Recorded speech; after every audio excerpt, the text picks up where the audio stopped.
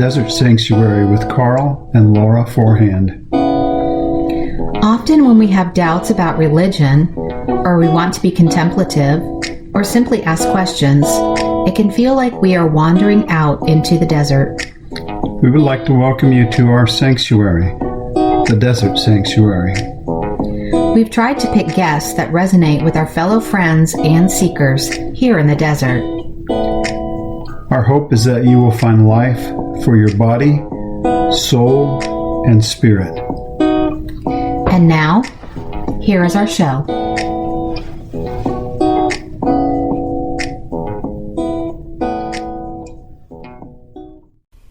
Before we get started with today's guests, let's check in with Carl and JD.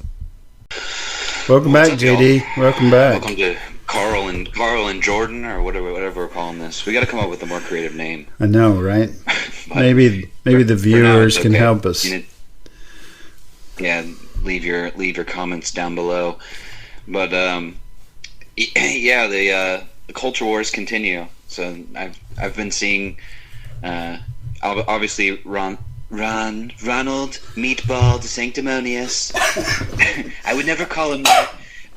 That was my favorite Trump speech recently. He was like, I would never call him Meatball, not Meatball Ron.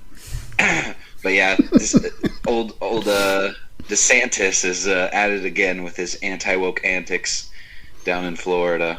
Yeah, I don't have to deal with any of that in Taiwan. It's amazing. I mean, there's so cool. There's stuff similar, but we don't deal with any of like the wokeness stuff.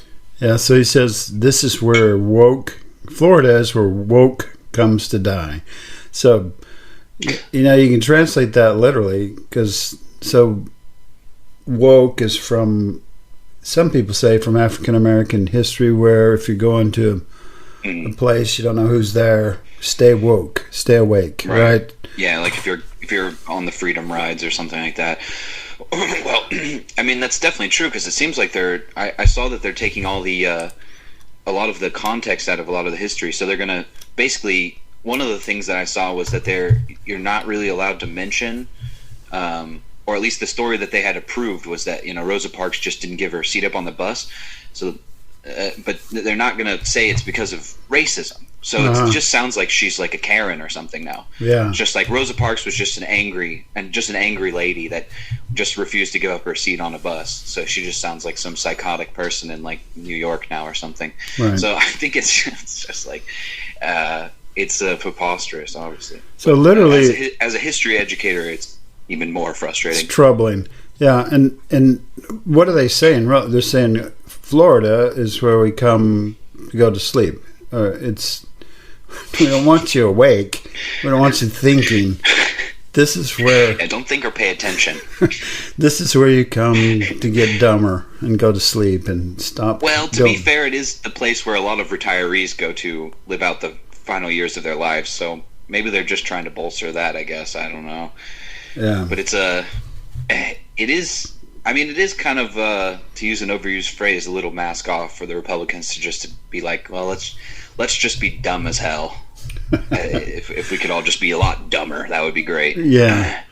Well, it works in churches, right? That's the point. Is you just stop. Just don't ask so many questions. Stop okay? asking questions. Yeah. Stop thinking. That's just all. Don't be woke. Don't be awake. Just blindly follow the people that are in charge, and you'll be just fine. Yeah. I mean, thinking for yourself, you're going to hurt yourself thinking all that much. We'll take care of you.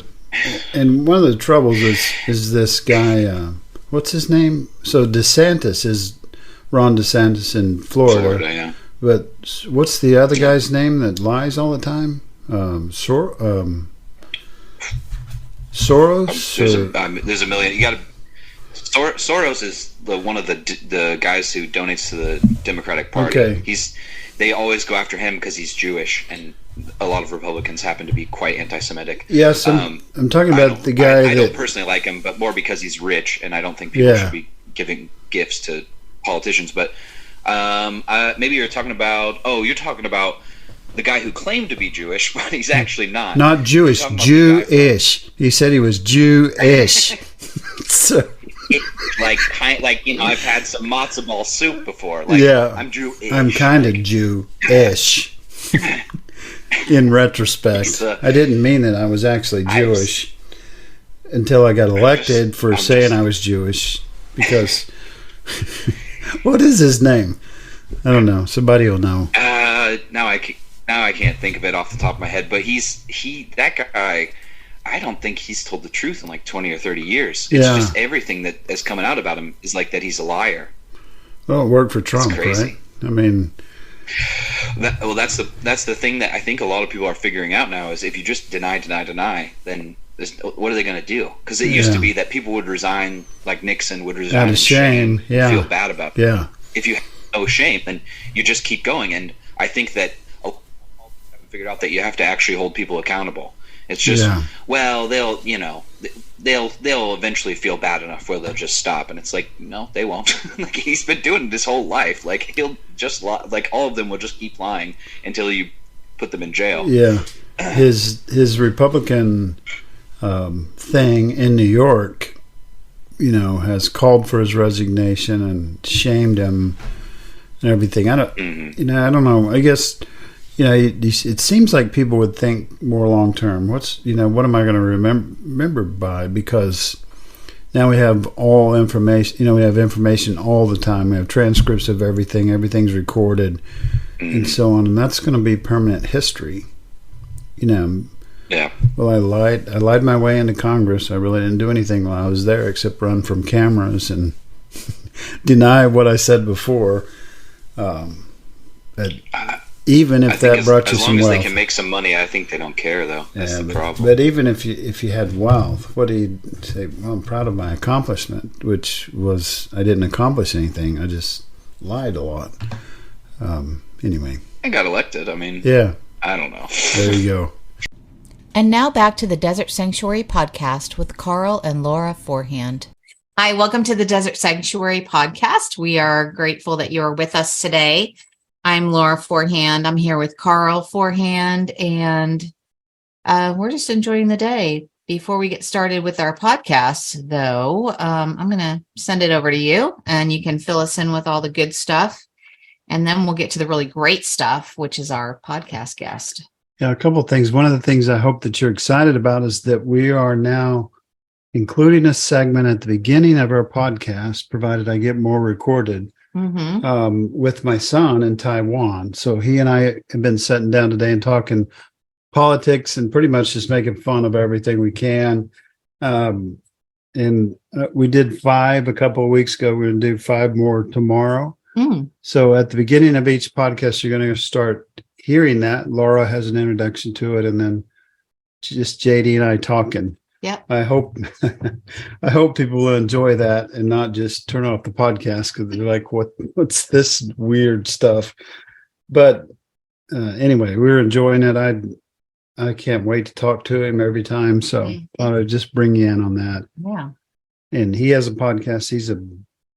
He's an orator. So anyway, also the YouTube videos are out there. We're starting to put the podcasts out there, not in a visual kind of format, but just audio. Those is probably over 100 videos there now, and hope people get out there and watch the YouTube videos. The podcasts sometimes roll off. It's real hard to get to them after 10, and we're making podcasts pretty fast now. So if you can't find it, go to YouTube and type in the Desert Sanctuary. Is it where they find it? Yeah, or Carl, just my name, Carl Forehand with a K. And if you search for the Desert Sanctuary, they'll also be under that too. So yeah, lots of different ways to find it. But that's not what we're here for today. We want to talk to Sheri. Tell us about Sheri. So we're so excited to have Reverend Dr. Sheri Pallas on the podcast today. She was born with 2 extreme and violent parents. Her father was a drug-dealing ex-con once nominated to be a Grand Dragon in the KKK. Her mom was a speaking in tongues, book-burning evangelical. He terrorized her, and her mom demonized her. It took her until she was 27 years old to realize that what was written in the Bible is merely fiction. She has since broke out of her original religion and into a life of comparative religion, to which she received a PhD in. Sheri, we're so glad to have you on the podcast today. We have been on your platform a couple of different times. And so welcome to the Desert Sanctuary podcast. We are so glad that you're here. I absolutely love talking to you guys. Thank you so much for having me. Yeah, you're one of our favorite people. Likewise. So I think what I'm interested in, this series we've entitled, we kept debating about the title, but I think it's called Stories from the Desert.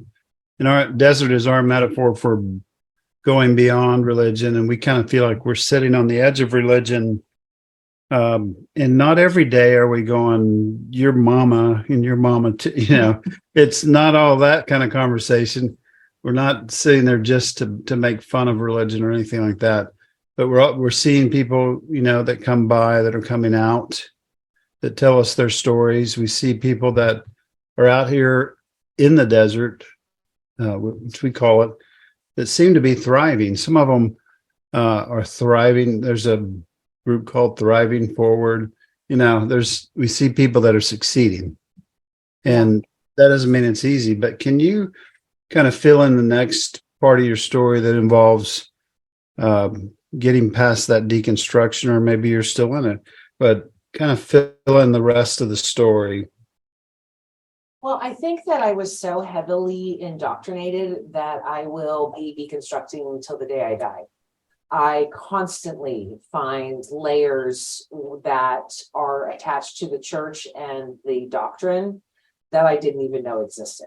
I have healed and processed nearly everything that I'm aware of, but things keep rising up. And today, or this weekend, is a really good example. It's Easter weekend, and my whole view of Easter has dramatically changed. And I kind of feel like I'm in the desert with this. I see across social media, I see across all of the TV stations telling the stories. And now I see it as one of contradictions. To say that Jesus brought a loving God to us, but that same loving God would perform child sacrifice. The Old Testament rails against the pagan religions, and pagans in quotes, and their child sacrifice, although it's not documented anywhere else outside of the Bible. But yet the Old Testament is founded on child sacrifice. I mean, it literally, with Abraham and Isaac, and supposedly God spared him. But in the Jewish Midrash, it says that Abraham killed him. Really? So I don't know. And to have that child sacrifice for supposedly a loving God also takes away from Jesus's message. So when everybody focuses on the resurrection, it really bothers me now, because, before it was, oh, this is beautiful, he died for our sins. Now I look at it as a blood sacrifice of a child, God's child. And the only reason Jesus's message was validated was because he supposedly conquered death. And that in and of itself bugs me beyond belief. It was like no one took the message of love your neighbor, turn the other cheek, until he conquered something that no one else has conquered, death. And we are still grappling with that today. We are still, nothing pisses off my social media platforms more than saying, no, you have to love them too. And most of them claim to be Christians. So they focus on the resurrection, they focus on the torture, instead of being a religion of love. And grappling with that, seeing people, even friends who are deconstructing, also still reveling in this child sacrifice, in this, that movie that, what was it called? The Passion of Christ. Yes. I had my son's teenage friends next to me, and even they were sobbing. These men that always try, it's torture. And we have taken the state sanctioned tool of his torture, and now people wear it around their necks. Yeah. I mean, thank God it wasn't a noose or something to that effect. So the twisting of this story from love to, again, child sacrifice and torture, and saying that Jesus forgave all of our sins, but yet they're not all forgiven even today, is just a controversy that makes me feel kind of alone and also really frustrated. Yeah. We were just talking about this on the way to getting our dog groomed today. We were, because there's all the banners up about join us for church this Sunday, walk with Jesus, blah, blah, blah. You fill in the blank. Yeah. And I was just like telling Carl, I said, the hard thing for me is that on Good Friday, we have services that, tell us how wretched we are and that we killed Jesus and our sins, killed him or whatever. And then on, Easter Sunday, Resurrection Sunday, somehow we are all made new because, Jesus conquered death, like you said. And it's just like, I think about the psychological, it's really like abuse. Like you keep people in this cycle of thinking I'm a terrible person and feeling this guilt and shame that I was, my sin is what caused, Jesus's crucifixion. And then, but, all is well because he rose for you. He died for your sins on Friday, but he rose again. And I'm just like, what an emotional roller coaster. And you're right. The shame that it causes. I mean, in watching The Passion of the Christ, it was, not only witnessing that torture, but feeling that is like, oh my God, if I wasn't such a wretched human being, he wouldn't have to have done this. Yep. But it's like, it really shows the pagan roots. So the patriarchy kept the sacrifices. They kept all of those things while still demonizing the women.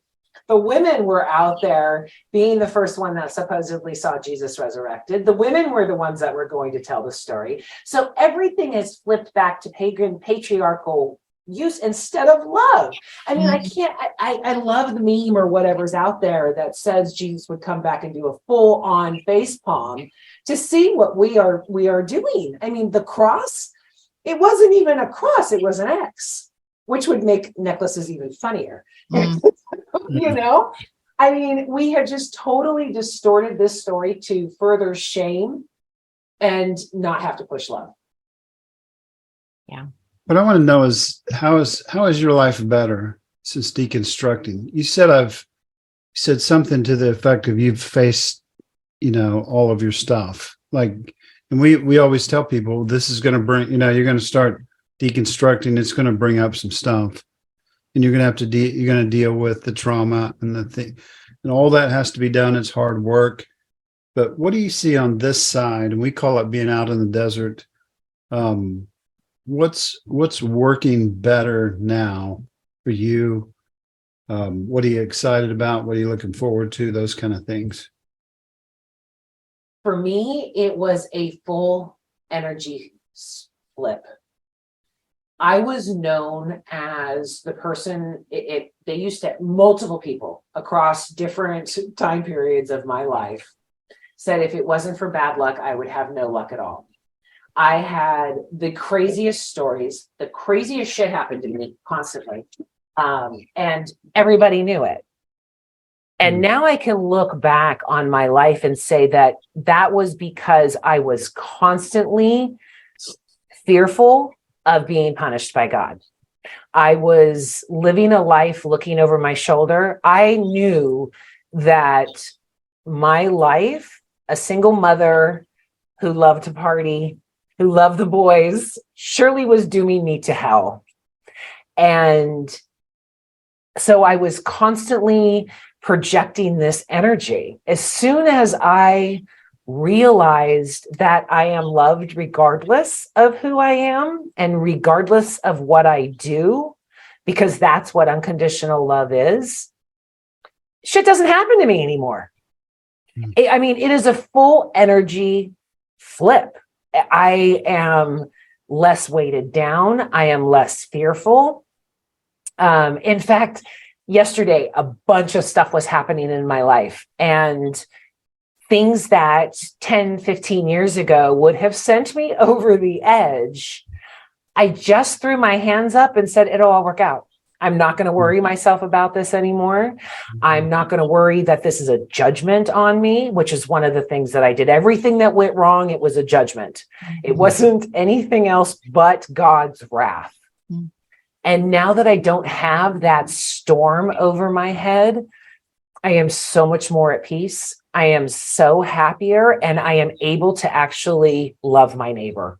When I was too fearful, I couldn't love my neighbor. I never even focused on that. I was too much in survival mode because I was going to be burning in hell. So what do you do then, like Easter? So Laura had Good Friday off from teaching, and so we're kind of confused because we're not going anywhere on Easter, but I couldn't even remember whether it was today or tomorrow. And in those, what do you do on Sunday morning? What do you do, for religious holidays? Nothing. Nothing. Yeah. And what does that mean though? I mean, what do you mean because people, since I've had my stroke, they know I spend a lot of time at home. Now I'm just here, right? And they look at me kind of like, oh, you must, but it's not like that. Do you know what I'm saying? Can you explain it better than I can?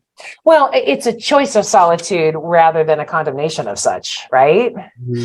I mean, my mom was an evangelical, but she called religious holidays tourist traps. So we were never ones that went to church on Christmas Eve or anything like that. So it's not a big change for me. But now, because I've learned about the goddess in which most of these celebrations originated, I try and switch it up with that. I also like to do more for my neighbor on these days, as opposed to worrying about the afterlife or 2,000 years ago and what happened. I like to present myself to now and what I can do now to make it a better place. Recently, I've, been buying meals for the homeless. I've been doing these types of things because, again, I don't believe in a death cult or a bloodletting cult that has to have a sacrifice for people who thousands of years ago, it just doesn't make any sense to me. So the only thing that I try to do as an active practice is to love my neighbor. So these types of days, that happens. I also reflect on the goddess and say, thank you. I'm so sorry that the patriarchy killed you.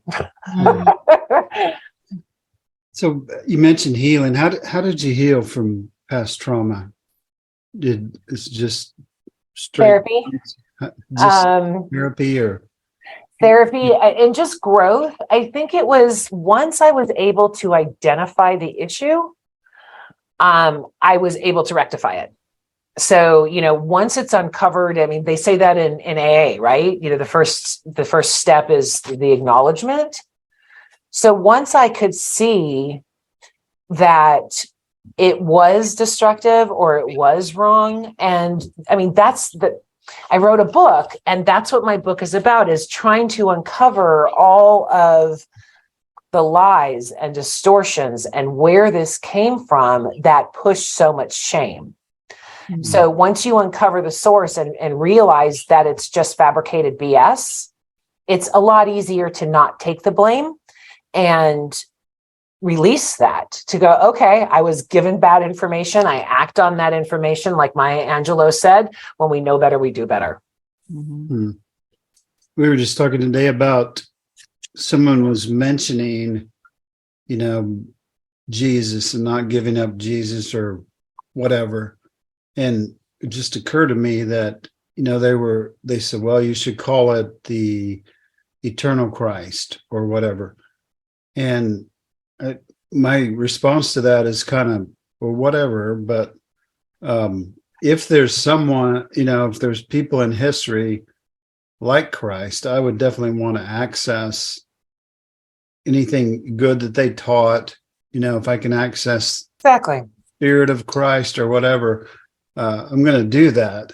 I just am pretty committed to not doing it through religion, because to me, it's like the ultimate, middleman, where you're wading through a pastor that feels like he has to interject himself in front of you, in front of the truth. It's There's the eternal hall monitor. Yeah, the ceremonies, the vacation Bible school to draw people in so we can indoctrinate them, and all those things. But I'm not going to give up on, the Spirit of Christ or the teachings of Buddha or whatever. Well, I was just going to say the Spirit of Christ was in Buddha, right? Yeah, so, I mean, when we get stuck on the person, we forget the message. yeah. So, I mean, and in furthering that, it is an action of love. If you can't, love is so hard. And that's why we do everything we can to get around it. When we're in love and things are happy, it's so easy and beautiful and we get the butterflies. But real love is getting through the bad times, standing there. What Laura did for you for your stroke, the friends that were there for you for your stroke, that is love. And whoever gives that information, whoever teaches you to be a better person, is the right path for you. I mean, it doesn't have to be about Jesus. It should be about his message. He was a teacher, and we can learn from all of the teachers. The fact that I even had to discover that we had a goddess for 3,000 years is ridiculous. And that shows the taint that we have put on, quote, God, and how we project that. It's to blame religion because of the bad indoctrination. I mean, I don't know that there's necessarily good indoctrination, but because of the indoctrination and the problems that it's caused in our life, I think is validated. But I also don't think that we should reside in that anger or hate. We have to move beyond it and heal to say, okay, except that we were dumb then. We didn't know any better. That's why we fell into that. And it's totally okay. There are parts of the Bible that show that Jesus was dumb at some points. So being ignorant is part of our growing. And if you get angry every time you're ignorant, that you were ignorant in the past, it's just going to perpetuate that dogma. Yeah, I agree with that. Like, I just feel like, and I've said this several times on this podcast, that I feel like that's kind of the place that I go to. So I have, like, I don't know what your view of God is. Maybe I'll start with that question. So what is your view of God today? I believe that God is not a being in any way. Mm-hmm. I believe that God is the energy of love. Okay. And I came to that conclusion through the study of science and energy and matter and all of those types of things that I wasn't taught in my Christian school. Mm-hmm. But energy never ceases. It only changes form. Matter always dies. So I don't believe that God, if there is a God, would contradict his own rules set forth to the rest of the universe. Mm-hmm. And I believe that that energy of love is there for us to tap or ignore. Mm. That's how we bring God into the situation. Mm. Yeah. I just feel like for me, it's just hard to get rid of that, angry God that's always watching and kind of judging, and, it's a process. Which is so interesting to me too, because I feel like growing up in the Lutheran church, there was no discussion about this relationship with God. Like, we literally just went through the motions every Sunday of going to church and going to confirmation classes. I really can tell you honestly that it didn't mean anything to me. I did not connect with the divine or anything like that. Yeah. But then once we got married and we started going to Baptist and Southern Baptist churches, which is probably like half my life I was maybe in a Lutheran church, and half my religious life, air quotes, I was in a, Baptist or Southern Baptist. But man, it must have been really like laid out really thick or something, because that is what I remember more than thinking about, God is just maybe being like you're talking about this energy source. I cannot get a picture of an angry, up in the sky, pointing his finger, looking down at me like you're screwing up, and kind of like what you're talking about, the whole idea of if something bad has happened, it's got to be my fault. I did something or didn't do something. So I don't know. It's like, it's interesting. And I know it's like a process, and I'm trying to have a whole lot more compassion with myself when it comes to that, and really kind of learning about different things, kind of like what you're talking about, different energy and things like that. But man, it's amazing to me that it's still so ingrained, I guess.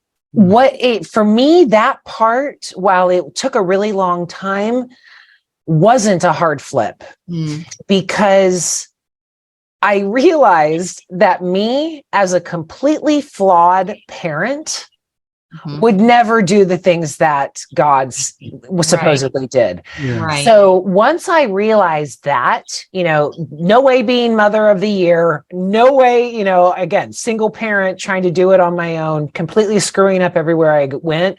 And I was still better than the God painted in religion. He had a worse temper. Yeah. Yeah. I mean, that was an easy flip for me to go, okay, this is all bullshit. This is all bullshit, because I will not worship something that is more flawed than me, who has less love than me, that, has a worse temper, and someone who I would not even associate with in this lifetime. So understanding that part, it was really easy for me to go, okay, that kind of proves, or not kind of, that totally proves that what is being projected as God is complete bullshit. And I want to reiterate what you said. You said something about with anger that it needs to be validated. It needs to be acknowledged that we're angry. I think a lot of times people on the inside of religion say to people on the outside, why are you so angry? Don't be angry. And to that, Laura and I get pretty frustrated. Angry. And calm down has never worked in all of history. That's right. It's never calmed anyone down. So just to say to people, if you're angry, it's okay that you're angry. Okay, but you have to look at this outside of religion. Every power play does that. Yeah. You're seeing that in Tennessee right now. You see it across white supremacy. You totally see it in the patriarchy. Anyone who is being challenged for their lack of morals or their bad attitude or anything is always going to, unfortunately, project and say, it's just on you. You need to calm down. It's the ultimate gaslighting. Yes. Until they take responsibility for the harm they've done, it will continue to happen. You're never going to get an apology from religion. You're never going to get them to say, I was wrong, because then the house of cards completely crumbles. Yeah. The Protestant Reformation said that religion was constantly wrong and that it needed to keep reforming. And they've even dropped that. So their claim of supremacy anywhere in life, you're going to get that disregard and say, oh, deal with it. It wasn't on us. You're too emotional. You misunderstood. All of those types of things. You have to be okay with never getting that from them. And just knowing that now that you know better, you can move on. Like an abusive relationship, like a friend that stabbed you in the back. It's going to be painful, and you have the right to be angry, but it's pointless. The anger really is pointless because it's not going to change. Yeah. So when I get angry, this whole thing with Tennessee, the abortion stuff, the literal war on women, my head has been exploding. So on Fireside Creators a couple of weeks ago, we talked about how to change that anger into productivity. And that's what I do. I do everything I can to educate people. I do everything I can to respect their ignorance and hope that with some information that they will do better. And knowing the church is still destructive, it's going to be that way. I just have to avoid it and protect those I love from it. I think for me, like every once in a while, I will say, like when Carl and I are discussing and maybe being frustrated with something, I'm reminded internally that we were once there too.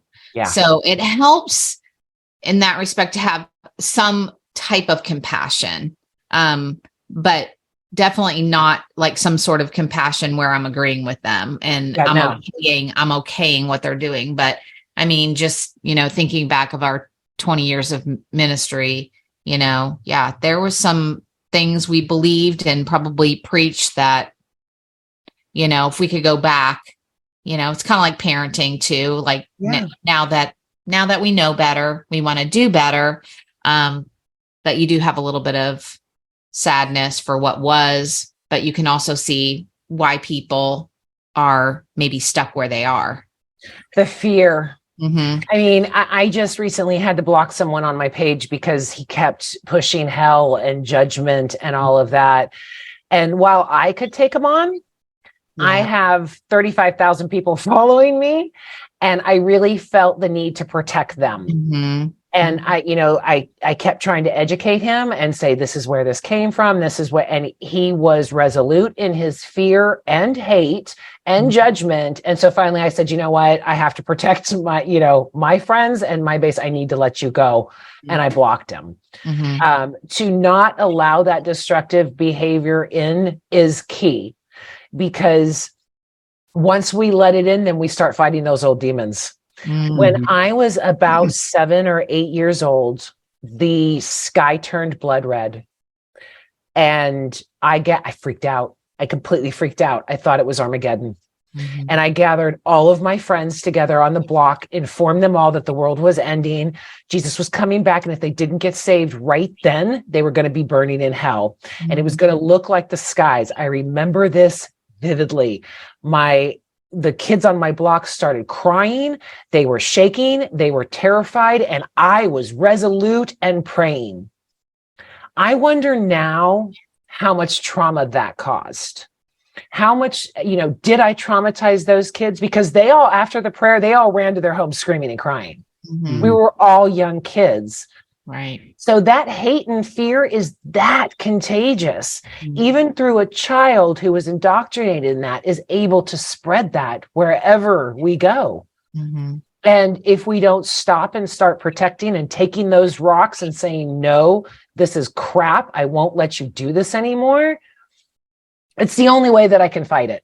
It's Mm-hmm. the only way that I can fight it, as I would a mother, grabbing people and going, come on, it's going to be okay.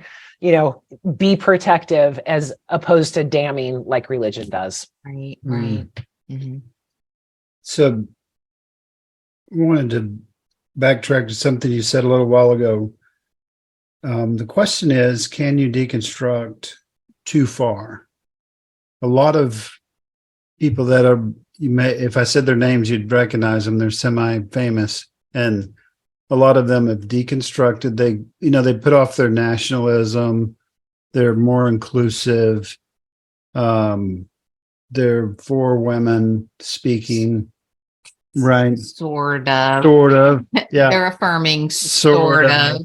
But what I see that they've done is maybe they had adopted like a Orthodox view of Christianity, or they just went to a Methodist church instead of a Baptist, and they kind of dove back in. And I guess I don't, I'm not angry at them for doing that, but to me, did they not go far enough? And they would say to me, well, Carl, it's either faith or the abyss, like Nietzsche said, and so you can't lose your faith. And what they mean is you can't lose your religion. And so that they're kind of back into this different version of Christianity. But they would say, if you deconstruct too far, you won't have anything left. Can you respond to that? Oh, I have so much more than I ever had. I mean, that when someone says that to me, it's like saying, don't get too educated. Mm-hmm. Don't be too loving. Mm-hmm. Still hold on to that fear. Mm-hmm. One of the things that I learned, discovered, however you want to say it, was that if the path is not love, it doesn't matter. And the ego, as people say that there's only two emotions, love and fear. I go a different step and say it's ego or love. Mm-hmm. So unless you can comfortably say, I don't know, or I was wrong, you haven't deconstructed far enough. Mm-hmm. When you still think that you need to find the answer to everything, or that you have found it, or that you have mastered it, there's always going to be that pull towards religion. Mm-hmm. Always, because it's the supremacy of it. You have to know the right answer. You have to know the way. Mm. And in part of my deconstruction, my brain works in dichotomies. I always, whenever something happens, I always try and find the other side of the argument. Devil's advocate type of thing. You know, I'm going to say something. Could this be misconstrued? All of those types of things. So I'm open to that, and I'm open to not knowing. And so I put it all together and go, okay, what if aliens exist and we really were planted on this to mine gold, right? The craziest thing that's out there. What if that's the case? And then I go, okay, all religions would be wrong. All dogma would be wrong, but love would still be right. So that's why I say love is my religion, because I don't think you can err on the side of love. You can err in dogma, you can err in all of these things, but if you are overly loving, you can't screw up. I mean, it may be rejected, it may hurt, but it's still not wrong. Yeah. So all of us are kind of marching forward with an open mind, with looking in. Right now, Laura and I are taking an inner medicine class from Carrie Hummingbird. I don't know if you know her, but it's in the last 6 months. And the temptation, even now, we're just in the first quarter of it. The temptation is to go, okay, well, how can we make this it? Instead of saying, what can I learn from this? Yeah. And how can this be a part of what I understand? Mm-hmm. There's just that temptation to go, well, is this it? Is this the one? Is this the magic dogma that's going to make us complete and whole and saved or whatever? And make it like ritualistic too. Yeah, when you think about all the things of religion that we made ritualistic, prayer, gosh, I don't know what else, but so many things. Yeah. But I didn't mean to cut you off. But anytime we draw a circle around something, two things automatically happen. You start defending that thing, and then you stop learning, you stop growing, you stop exploring. A couple of my books, I highlighted what I used to do as a kid. We would go out exploring, and we'd just kind of look over the horizon and say, what's that over there? And that led us to something else, that led us to something else. And I want my spiritual journey to be like that. Totally. So I discovered so many things, and so much of my learning has come that way until I got engrossed in conservative evangelical theology and learned systematic theology or something like that, to where I learned how to defend what they said I should believe and what they taught at that school. So, and the truth doesn't need defending. No. It never needs defending. When people go out and use religion to hurt someone, I think that's antichrist. When people use Jesus, we had a talk recently on my show, and someone kept interrupting and saying, but Jesus.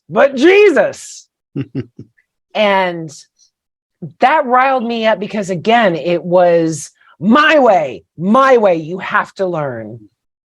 Now, my mom said right before she died, oh my God, you're a flaming liberal.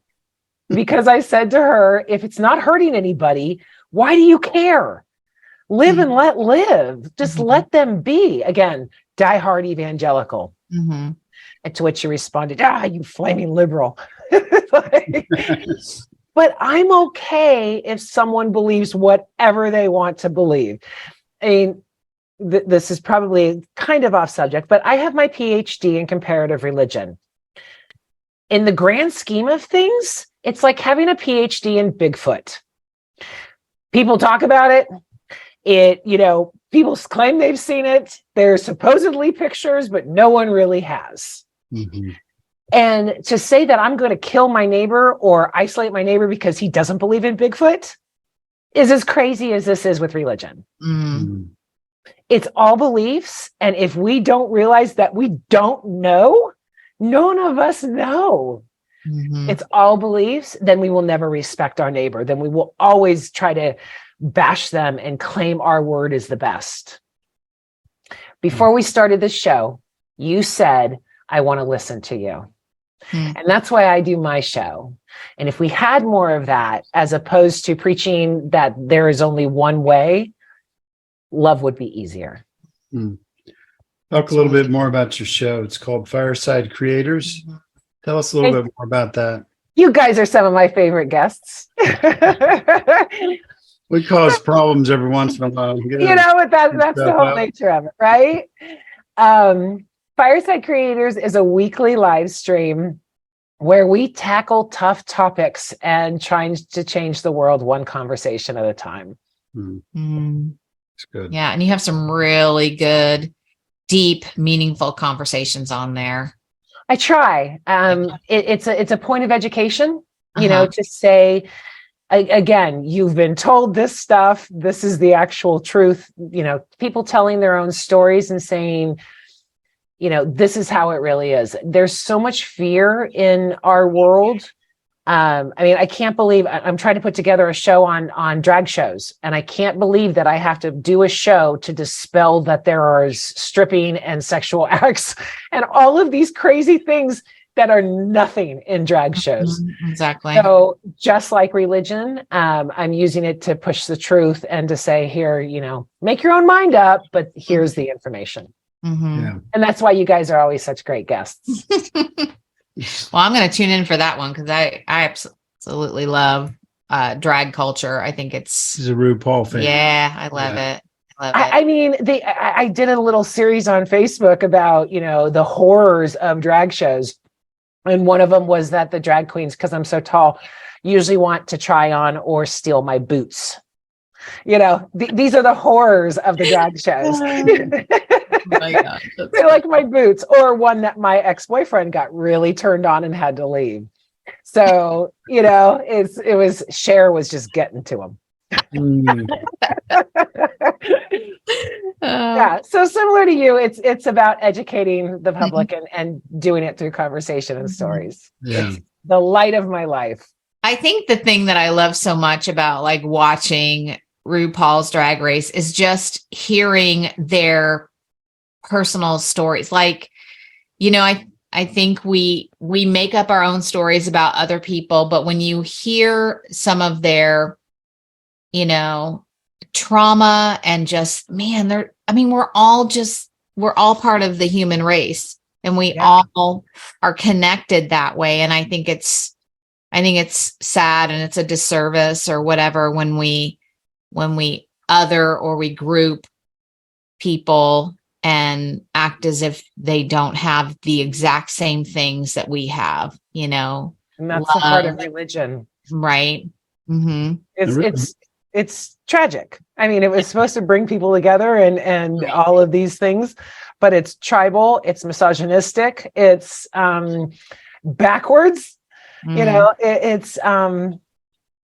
I just, like I said, being a loving person and trying to do my best for everybody I encounter is exhausting enough. It really is hard work. To pause myself and say, don't act like that. Don't do that. I couldn't imagine. And I'm sure this is why religion went to this, because it is such hard work. It's so much easier to claim a religion and say that you support its dogma, because that's easy. It requires nothing.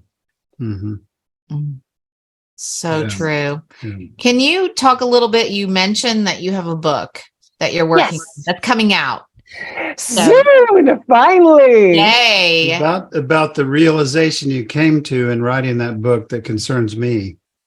Right? Why? Didn't you discover that I'm more important than you? Oh, yes. Damn you, Carl. Wow. I like Right, how Lori. we just wormed that. Yeah, wiggled it he's not in. going to let that go. Wow. It hardly ever happens. I have to celebrate it the one time it does. But no, tell us about your book. So the title is We Have Ruined God, My Journey Out of Religion and Into Unconditional Love. And it really goes through all of the dogma and to say, this is where we got it. This is why it's there. And this is why you were lied to promote these agendas. This is true. This is not true. This is true, but it was used against you. To really help people do like almost like a boot camp crash course to say, okay, now I know everything that the religion did to me. And now I can choose what I want to follow and what I didn't. And in this journey is how I came to the belief and the conclusions that I did of the energy of God and the unconditional love. Through that process. So I hope that people who read it come to the same conclusion. But again, I'm not demanding my beliefs on anyone. This is just from getting my PhD and all of the research that I did to try and find if there was any truth in religion whatsoever. And when do you hope to have that available? Hopefully late summer, early fall. Okay. So just a few months, hopefully. Great. So we'll definitely be keeping our eye out for that. So what advice do you have for desert dwellers? You know, we feel like we have this Desert Sanctuary podcast. We have this Desert Sanctuary group. We really want to create this safe space for people as they're deconstructing or rethinking or, you know, however you want to word that. But what advice would you have for people that are questioning, feel like, you know, they're just maybe wandering aimlessly? Keep questioning, keep feeling, go find the answers, and do the hard work. And the hard work is to try and be more loving. I mean, I continually say, I don't care what your beliefs are. I care how you act. And historically in my life, my atheist friends are more kinder than my religious friends. So if love is your path, then you're on the right track. That's beautiful. So how can people get in touch with you? How can they contact you if they just want to know more about your work or they want to know more about you? I have a website, sheripallas.com, and Pallas is spelled just like Dallas, except with a P. So it's SHERIPALLAS.com. You can reach me there. You can see Fireside Creators. I'm on all of the social medias. So if you just Google Sheri Pallas, you'll have a good time. And I definitely want to plug Fireside Creators because it is just, I just love the platform that you have, and it's real talk. So it's real talk in real time. Yeah. Thank you so much. That just warms my heart. Yeah, for sure. Like I said, and you guys are biased because you're on all the time. No, really, I'm not. Like, I mean, I wish I would have known about that one where you, what'd you say you did a couple weeks ago where you discussed, I don't know, some righteous anger. There you go. Yeah. No, is that on YouTube? Because I may have to go back and listen. Yeah, and it was a good show. I bet. It was a really good show. Yeah, it aired 2 weeks ago. And YouTube is YouTube/Fireside Creators. Okay, great. I'm going to go back and listen to that one. Cool. Sheri Pallas, ladies and gentlemen. We're going to get an applause meter one of these days. Yay.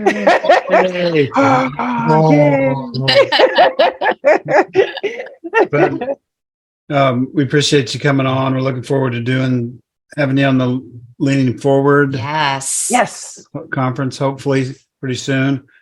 And it's good to see you and good to interact with you all the time. The time. Yeah. Always. Thank you so much for the opportunity.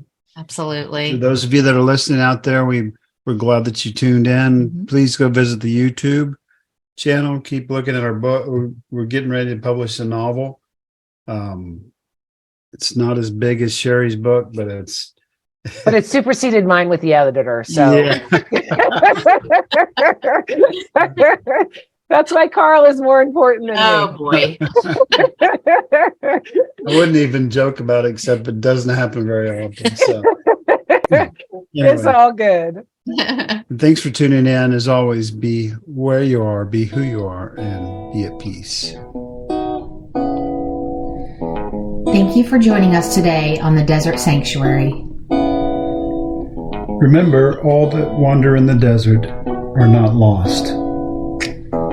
We hope that you know You are seen you are heard and you are loved.